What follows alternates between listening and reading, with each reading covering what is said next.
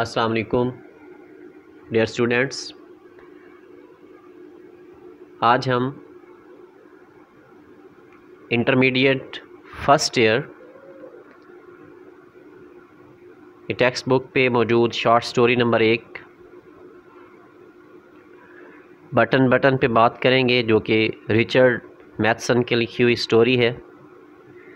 इस स्टोरी के ऊपर 1970 में एक फ़िल्म भी बनाई गई थी, जो कि द बॉक्स के नाम से मशहूर हुई थी।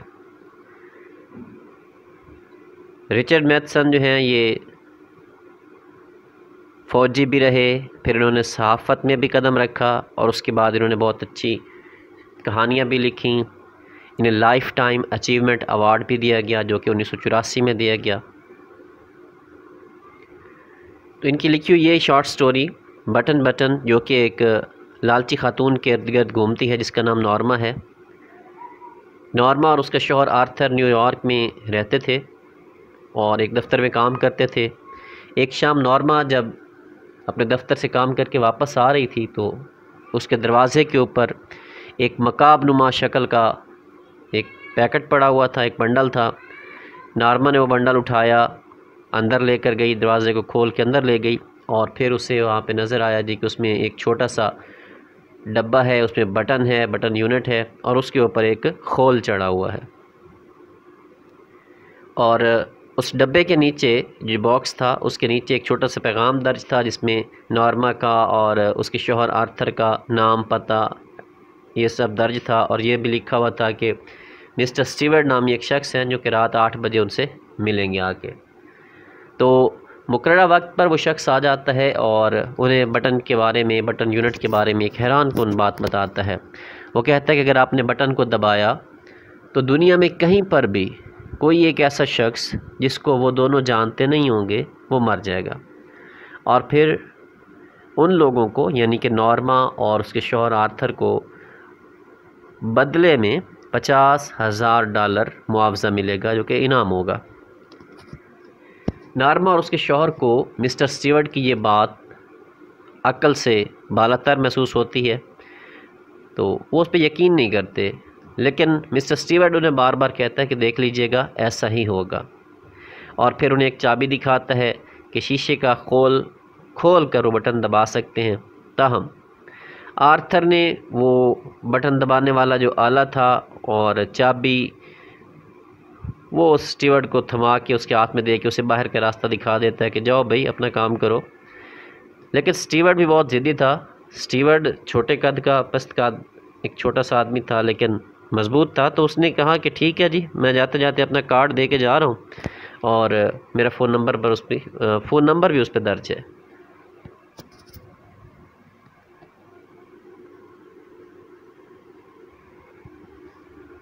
स्टीवर्ट तो चला जाता है, लेकिन मियाँ बीवी के दरमियान एक बहस छिड़ जाती है। जो ख़वातीन अमूमन रुपए पैसे की दिलदादा होती हैं, तो नॉर्मा भी एक अच्छा घर चाहती थी, उसके लिए पैसों की ज़रूरत थी। वो चाहती थी कि उसे एक अच्छा घर मिले एक जजीरे के ऊपर, और फिर उसे यूरोप की सैर करने का मौका मिले, अच्छा फ़र्नीचर उसके घर में आए। जबकि आर्थर जो था, वो इन पैसों को गैर अखलाकी समझता था और वो मानता था कि ये एक कत्ल है, और कत्ल करना अच्छी बात नहीं। एक इंसान का जो कत्ल है वो पूरी इंसानियत का कत्ल है। तो उसके लिए ये इंतहाई बेईमाना कदम था कि किसी को कत्ल कर देना।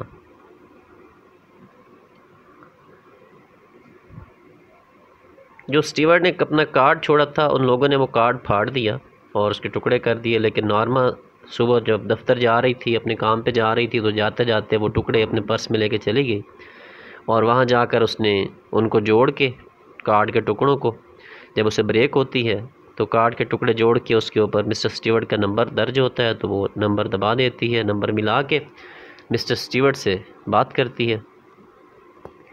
मिस्टर स्टीवर्ट उससे पूछता है, भाई क्या आपको दिलचस्पी है उस बटन यूनिट में, क्या मैं आपको दोबारा वो आला देकर जाऊं?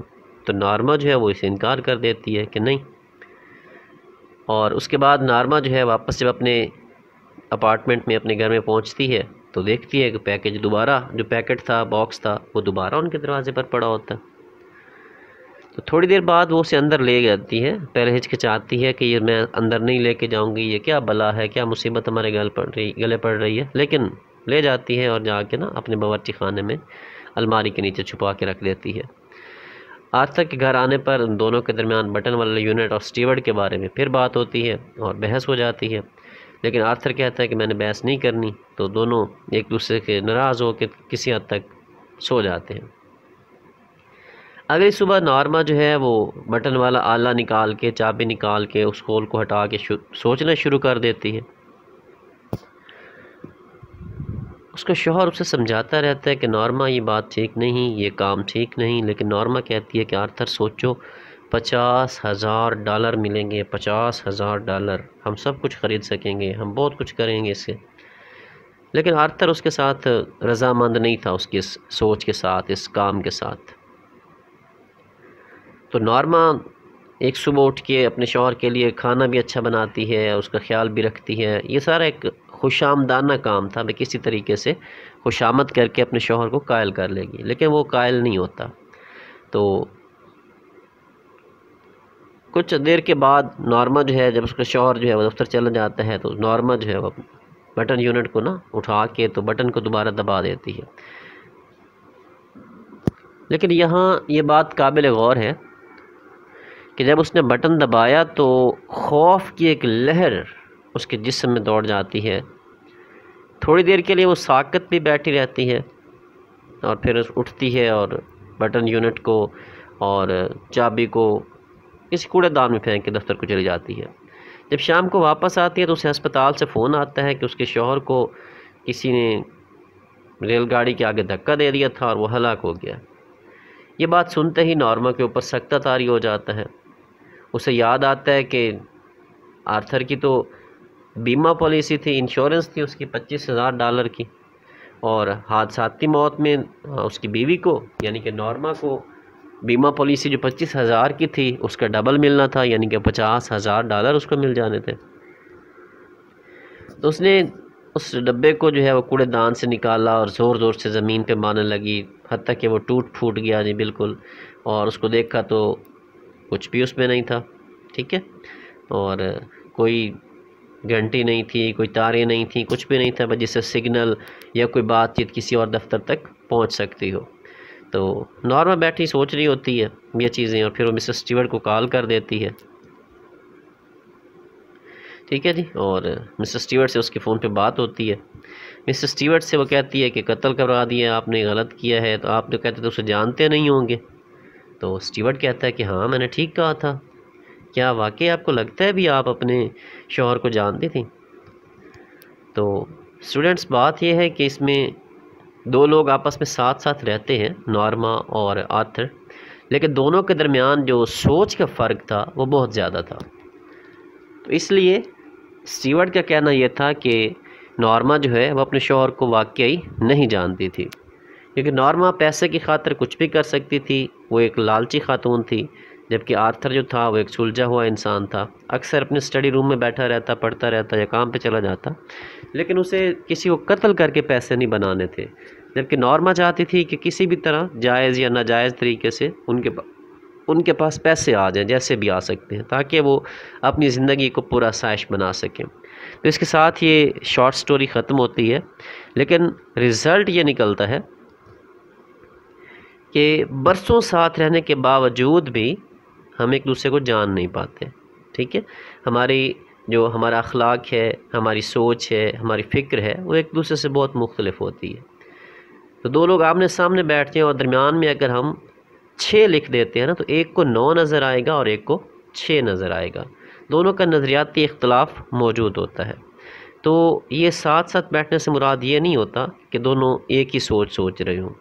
बज़ाहिर हमें लगता है कि एक गाड़ी के मुसाफिर एक ही मंजिल में हैं, लेकिन ज़रूरी नहीं होता कि उन दोनों की मंजिल या उन सब की मंजिल एक ही हो सकता है कि उस बस में, उस गाड़ी में सवार लोग जो हैं, किसी की नीयत मिसाल के तौर पे लाहौर जाने की है और वहाँ जाके नौकरी करने की है, और हो सकता है वहाँ को ख़ुद कुछ बम्बार भी बैठा हो जिसकी नीयत ऐसे लोगों को मारने की हो। तो ज़रूरी नहीं है कि साथ बैठे हुए लोगों की सोच भी एक ही हो। तो उम्मीद है आपको ये समरी पसंद आएगी, ठीक है, और इसको तैयार कीजिएगा। अल्लाह हाफ़िज़।